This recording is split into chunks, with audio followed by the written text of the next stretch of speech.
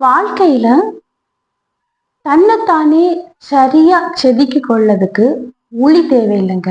பல வழிகள் வலி வலி எதனால அப்படின்னு சொல்லி பாத்தீங்கன்னா, வாழ்க்கையில பல அவமானங்கள், பல வேதனைகள், பல வலிகள் இருதயம் நிறைஞ்ச பிறகுதான் நம்ம வாழ்க்கையில நமக்கு நம்ம என்ன நிலைமையில இருக்கோம் அப்படிங்கிறது சில மனிதர்களுக்கு தெரிய வருது.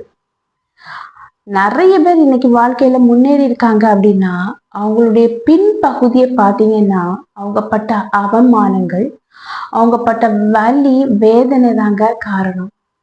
வலி வேதனை வந்த உடனே முடங்கி இருக்கிறது இல்ல வாழ்க்கை.